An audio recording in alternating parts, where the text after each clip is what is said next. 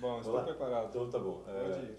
Arivaldo, é o seguinte, a primeira coisa que eu queria de você é de onde que o Arivaldo é, onde ele nasceu, como é que a família do Arivaldo chegou aqui, se o Arivaldo é imigrante também ou não, como é que é a história do Arivaldo em Maringá, como é que surge o Arivaldo em Maringá? Bom, o Ariovaldo nasceu em 25 de novembro de 1961. Ele nasceu em Terra Boa. Meu pai estava, naquela época ele estava começando a vida dele também. E por problemas familiares que ele teve com meu avô e tal, ele acabou saindo de Terra Boa numa situação muito difícil naquela época. E veio para Maringá. Eu era recém-nascido, uma criança. Antes disso ele passou...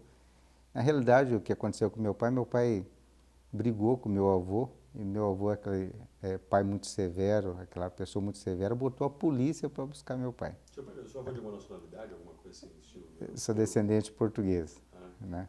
um pouco. Está explicada a Aquela situação. coisa do É. rigor e tal.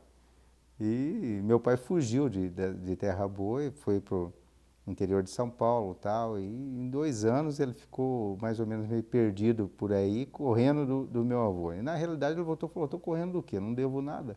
Ele retornou veio a Maringá. E aqui ele voltou com a família aqui e recomeçou a vida dele do zero aqui. Isso em 61. Isso em 61. Ele tinha terras na época e tal, então na época ele recomeçou mesmo, começou a vida dele aqui, comprou uma casa aqui na época e começou a vida dele. Então eu devo ter vindo para Maringá com 2 anos de idade no máximo. E desde então nunca mais saí. Então eu E a sou tua vida aqui, maringaense como até é que foi, hoje. Arivaldo, na infância, como é que foi esse Maringá dos 60? A minha infância foi uma infância muito pobre. Tá? Meu pai, como eu falei, meu pai começou do zero, sem dinheiro, sem capital de giro, sem o único dinheiro que ele tinha, ele comprou uma casa. E aquela infância muito pobre mesmo, de é, uma casa humilde de madeira, um banheiro para 8 pessoas. Eu acho que a maioria Quantos da irmãos, minha... gente? Cinco irmãos, 5 irmãos. né? Era E você, seu pai, sua mãe e os irmãos? irmãos e mais uma nona que morava com a gente e tal, sabe? Era 5, 6 pessoas num quarto. E um caso interessante que a gente sempre sonha, né, com uma casa confortável e tal. O dia que meu pai construiu uma casa com várias suítes e tal, todos os filhos saíram. Hoje ele mora numa casa, um mausoléu enorme, né, uma casa enorme sozinha, né? Então isso é interessante. Isso aconteceu também no colégio que eu estudei. Eu estudei no Colégio Brasília Tiberê, era um colégio público ali na Zona 2. Estudei 8 anos naquele colégio, quer dizer, praticamente o primário e o ginásio eu estudei todo nesse colégio. E nesses 8 anos começaram a construir, era um pulgueirão mesmo, pior que a UEM, tá? Bem pior que a UEM. E ele, na hora que começaram a construir as salas de alvenaria, o ano que ficou pronto eu tive que sair, porque eu saí para fazer o segundo grau, então não levei sorte. Coisa melhor, você sabe, né? Então é um fato interessante, a vida vai melhorando e a gente não vai vendo, não vai se aproveitando daquela melhora na realidade, né? E como é que foi, por exemplo, a sua convivência na infância com Maringá na época? A década de 60 em Maringá ainda tem muito rústica ainda. Isso. É uma cidade com muita coisa a se fazer ainda. O que você lembra dessa época da cidade? Que marcou Eu bastante? lembro, meu pai, ele comprou essa casa na Zona 2, na Avenida de Tororó. Ali era tudo terra ainda, inclusive tinha asfalto só de uma pista, que o frigorífico central naquela época era o auge do frigorífico central, né, até a década de 75, mais ou menos. E então tinha aquele trânsito violento, né? Eu me lembro das boiadas que passavam na frente, mas era boiada com um peão mesmo, tocando aquelas boiadas, aquele monte de gado passando para ir para o frigorífico. Não era caminhão que transportava, não vinha, talvez de fazendas próximas aqui a Maringá. Então vinha várias boiadas lá, 100, 200 cabeças de gado, que passavam na frente assim, tampava toda aquela Passava na rua Itororó Avenida Tororó ali, o gado. né? Então ele passava ali e até o frigorífico lá já ia direto para o abate. Né? Depois, com a evolução do frigorífico, aí só caminhões mesmo, né? Quando asfaltaram e tal. E eu me lembro da Praça Raposo Tavares, da, do famoso chafariz, né? do Américo Marques Dias. Eu me lembro da Avenida Brasil, alguns traços da Avenida Brasil. Me lembro eu sou talvez o mais recente, mas eu me lembro de casas em Maringá que marcaram, como a Sorveteria Oriental, como nós temos aí, na época tinha Confeitaria Copacabana, na Avenida Getúlio Vargas, Panificadora Pajé, Casas Blanc. Então são lojas aí que, quando a gente começa a sentar num grupo e lembrar disso aí, a gente fala assim, está ficando velho, né? Mas, com certeza. a Soesmo, então são lojas que marcaram em Maringá, talvez já numa segunda época, mas são lojas que realmente marcaram a cidade e a gente convivia porque a gente saía, né, Seu pai nessas trabalhava com o casas que, Orivaldo, noturnas. na época? Meu pai, bom, eu me lembro do meu pai montou um bazar, né, logo nessa infância pequena, quando ele veio para Maringá, ele montou um bazar na Avenida Rio Branco. E esse bazar, ele ficou com esse bazar, acho que durante uns 8 a 12 anos com esse bazar. Qual que era o nome do bazar? Era Bazar Bom Jesus, o nome do bazar. Hoje é o Laboratório São Camilo, ali na Avenida Rio Branco. Ali. E interessante que ele montou aquele bazar e a dona Natália montou o Comercial Tiradentes. E o seu Romeu montou Confecções Romeu. Né? Então, eram 3 empresas, né, que disputavam praticamente o mesmo mercado. E eles montaram mais ou menos na mesma época. Confecções Romeu ainda existe, só de curiosidade. Existe ainda. Existe. No mesmo local, né? Ele mudou, ele era em frente, mudou. Construiu de frente da onde que ele tinha. E meu pai, ele veio da roça também, meu pai é uma pessoa muito sofrida, veio da roça, sem capital de giro, sem dinheiro. Tinha a empresa dele ali e o pessoal, talvez com mais experiência, conseguiu crescer mais do que ele, sabe? Então ele não conseguiu evoluir aquele comércio dele. E era uma venda, eu me lembro que aos 6 anos, mais ou menos, eu levava almoço para meu pai todo dia. Ia para a escola, voltava da escola e eu levava almoço para ele todo dia, no caldeirãozinho, até 2, 3 quilômetros que dava da minha casa até o bazar. E eu levava e eu tinha que ficar com ele o dia todo e retornar no fim do dia. Então, trabalhava com ele a tarde toda? Trabalhava com ele a tarde toda. Ele, realmente o movimento era fraco, o que mais tinha movimento no bazar era o telefone, aquele telefone preto antigo, então que ele cobrava para as pessoas fazer ligação. E aquilo, toda hora que entrava pessoas dentro do bazar lá era para fazer ligação, né? Então, não tinha telefone público? Não existia telefone público na época, né? E muito poucas pessoas tinham telefone. E ele tinha aquele telefone e as pessoas iam até lá para fazer ligação, ele cobrava uma taxinha lá e é o que tinha o maior movimento no bazar. Isso era 74? Mais ou menos aí, 70 e pouco. Aí você trabalhou sempre com ele, sempre à tarde você trabalhou sempre junto com ele? Trabalhei sempre com ele, aí ele cansou daquela vida que não sobrava, não sobrava dinheiro.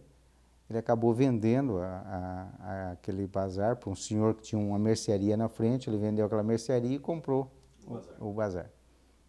E ele ficou meio perdido na época, acabou comprando com esse dinheiro e algumas economias que ele tinha, um imóvel no Sarandi. E nesse Sarandi ele construiu um armazém e montou uma mercearia. Quer dizer, ele foi para o ramo de atividade que o cara comprou, que o cara ele dispensou. Sai do Bucareta e ele vai para o... Isso, só que em em Sarandi. E ele ficou com essa mercearia também um período, não conseguiu decolar também, muito difícil, e ele acabou vendendo também essa mercearia. Curiosidade minha, mais curiosidade minha. Hoje, quando você talvez pense assim, bom, meu pai começou com um ramo no bazar, não deu, montamos uma mercearia, não deu. O que você acha que faltou para o seu pai na época? Porque muitas empresas, como você falou, começaram às vezes no ramo dele e decolaram, se estabilizaram. Faltou tino comercial. Na realidade, meu pai é aquela pessoa sofrida, ele veio de uma situação delicada, né, de um estresse delicado, ele estava depressivo nessa época e não tinha condições de tocar aquilo lá, quer dizer, não conseguia visualizar alguma coisa diferente. Então, antigamente o comércio era muito fácil, você comprava por 2, vendia por 4, era tranquilo, né? E meu pai já começou uma fase que não poderia ganhar tanto, mas não era nem tanto o preço o problema da competitividade, era mais tino comercial, atendimento ao cliente, a forma que ele atendia os clientes e tal. Então eu acredito que era mais na forma dele que ele atendia, que ele tratava o negócio dele, era diferente. Mas meu pai, eu admiro meu pai porque meu pai é um visionário. Tá? Meu pai hoje deve estar com 75 anos, 78 anos por aí. E meu pai, ele vê um imóvel em algum bairro muito afastado e o hobby do meu pai é colecionar escrituras, sabe? Ele não é imóvel nem nada, é colecionar escrituras. Essa semana, por exemplo, ele comprou um imóvel e pagou R$10.000, uma datinha. E ele fica todo feliz. Ele compra um imóvel de R$10.000, é uma realização pessoal dele incrível, sabe? R$15.000 e tal. Então ele tem um monte de terreninho e tem aquela pilha de escritura que não vale nada aqueles terreninhos, mas tem aquele monte de escritura. E aquilo para ele é uma satisfação pessoal enorme. Só que ele compra um imóvel afastado, aí a gente vai questionar ele, para que isso? Isso não dá renda, não sei o que. Ele fala, você vai vir aqui daqui a 30 anos, daqui a 20 anos você vai me dizer. Quer dizer, ele nunca imagina que um dia ele vai morrer, que aquilo lá não vai acabar. Então ele é um visionário, uma pessoa que sonha ele vê uma coisa que a gente não consegue ver. Esse imóvel, por exemplo, que ele comprou no Sarandi, ali na Avenida Londrina, na área central da Avenida Londrina, e o valor daquele imóvel hoje é mais caro que uma data na Avenida Brasil, tá? Porque ali não tem imóvel. Tanto é que ele recentemente ofereceram R$800.000 num terreno que ele tem ali. E ele não quis vender, sabe? Um banco. Então, como é uma rua única, onde só tem aquela rua, naquela parte de cima, não tem imóvel para comprar, quer dizer, não é que vale, é que quem tem é aquele preço lá, coloca o preço. E ele com isso ele ficou todo poderoso. Agora ele compra o terreno e acredita que tudo vai dar certo dessa forma. Né? Pô, de uma certa forma ele conseguiu sucesso com Conseguiu isso, né? sucesso. Né? E depois que ele tem a mercearia, aí você falou que ficou um tempo e aí ele para. Isso. E qual é o próximo passo dele, Lourival, depois? E eu sempre acompanhando ele, ia para a mercearia, estudava nessa época no Gastão Vidigal, e ia para a mercearia e tentando achar um rumo para a minha vida também. Garotão, 16 anos aí, pensando o que eu vou fazer da minha vida, né? Acho que todo adolescente aí, acho que mais naquela época ainda pensava em fazer alguma coisa. E meu pai comprou não, meu pai pensou até em vender mexerica nas esquinas de Maringá aí, porque ele ficou meio desesperado, sem rumo realmente, o que ele ia fazer. E ele saía pesquisar, via o que eu vou fazer da minha vida. E acabou indo ser ambulante de frios e laticínios, de frios no caso, né? Comprava mercadoria, pegava mercadoria do frigorífico central, um frigorífico de Campo Mourão, e saía vendendo de porta em porta, quer dizer, não em Maringá, fora de Maringá. Ele carregava no frigorífico em Campo Mourão, saía vendendo Terra Boa, Araruna, Cianorte e tal, e voltava para Maringá. Mas ele fazia mais aquelas vendas de beira de estradas, encalhava o carro, a Kombi, tinha que botar corrente, realmente era uma dificuldade. E ele retornava para Maringá e nessa época ele estava pegando só do frigorífico de Campo Mourão. Depois ele começou a pegar de uma fabriqueta em Arapongas, no sábado. Eu falo que sábado, porque todo dia, sábado de manhã, 5 horas da manhã, eu tinha que acordar e ir com ele até Arapongas, carregava lá 300, 400 quilos nessa fábrica e vinha vendendo de Arapongas para cá. Você participou disso? Eu participei disso tudo. Então ele vinha vendendo, quer dizer, ele pulava Arapongas, fazia 2, 3 clientes em Apucarana, fazia 2, 3 em Jandaia, uma meia dúzia em Mandaguari, uns 10 em Marialva e chegava em Maringá a cavalo. Pegava ali na Avenida São Domingos e tal. Então, sábado eu trabalhava até o fim do dia aí, nessa forma, vendendo os embutidos, linguiça, cachorro-quente, esses negócios, mortadela. Ele se achou nisso? Ele se achou trabalhando da forma dele e tal, e ele começou a trabalhar dessa forma. E eu, analisando aquele trabalho que ele tinha, quer dizer, era uma vida difícil, sabe? Só para você ter uma ideia, teve uma época, logo no início, né, porque, como eu falei, sempre foi difícil trabalhar com meu pai. E as primeiras viagens que ele fez, que eu fui com ele, e ele saiu sem rumo, quer dizer, carregou lá uma quantidade de frios e saiu sem rumo, saiu para vender. E eu me lembro que era uma época de muito frio, E nós tínhamos que dormir dentro da Kombi, sabe? Tinha que dormir dentro da Kombi. E eu me lembro que eu tinha uma coberta fina, sabe? E caía, a Kombi suava em cima e caía aquela água gelada na gente, sabe? Era um frio violento, né? E eu falei, pô, dormi dentro da Kombi aqui e tal. Depois, dali uns tempos, ele começou a pousar em hotel e tal, mas no início eu me lembro, isso foi coisas que me marcaram. Tinha que ser. Tinha que ser dessa forma e tal, e ele acreditava que ia dar certo. Mas ele sempre foi dessa. Aí ele começou a aumentar, criou uma clientela e tal, e a coisa foi aumentando, mas ainda não era aquilo que ele precisava. Quer dizer, ele não conseguia trocar um carro novo, né, um veículo de trabalho novo, ele não conseguia comprar. Então foi uma certa dificuldade. E foi nessa época, eu aí com meus fazendo 18 anos, na realidade, eu comecei a analisar o que eu vou fazer. E saía como todo adolescente para procurar emprego. E o que eu achava era emprego de açougueiro para ganhar meu salário mínimo, coisas assim que você não te traria nada para você, quer dizer, que iria agregar lá na tua vida. E eu queria algo mais para mim. E eu comecei a analisar na onde que eu poderia crescer. E essa linha que meu pai fazia de sábado, que ele carregava em Arapongas e via até Maringá, eu comecei a analisar o seguinte, ele vendia mortadelas e linguiça. Aí eu comecei a analisar, saía no sábado em Maringá e tal, você via, tinha pizzaria, lanchonete, época do Cucas Legal, época do Chopódromo, né? Então, essa época aí, você via que essas casas, pô, você saía nessas casas, todo mundo comia lanche, usava queijo e presuntado. E eu me lembro que eu vendo aquilo lá, falei, pô, eles compram de alguém isso aí, alguém vende isso para eles, né? E eu tinha R. Coimbra, naquela época era que abastecia, as maiores, normalmente que vendia para esse pessoal. Eu cheguei, eu me lembro até hoje com meu pai estava fazendo a barba, né, nesse banheiro que era o único da casa, né? E ele usava aqueles aparelhos de barba, aquela gilete de rosquear, e ele estava lá passando pincel lá na cara, espumona, foi fazer a barba, e eu falei, pai, eu queria fazer uma proposta para o senhor. Ele falou, o que que é? Eu falei assim, olha, eu queria fazer uma linha só de presunto e queijo. E ele estava se barbeando assim, começou a rir e tal, e se cortou todo. Por isso que marcou, né? Ele se cortou de rir assim e falou, tu é um burro, meu filho, né? Onde já se viu? Quem que vai comer presunto e queijo? Não. E ele se lambuzou tudo de sangue até na época, e isso me marcou, né? A forma como ele me tratou, sabe? E começou a rir, falou que era burro para me tirar isso da cabeça, e não sei o que e tal. Mas eu tinha aquilo lá em mente que dava certo. Aí eu insisti com ele e tal. Aí eu falei, vamos fazer o seguinte, então, o senhor me dá aquela linha de sábado para mim fazer.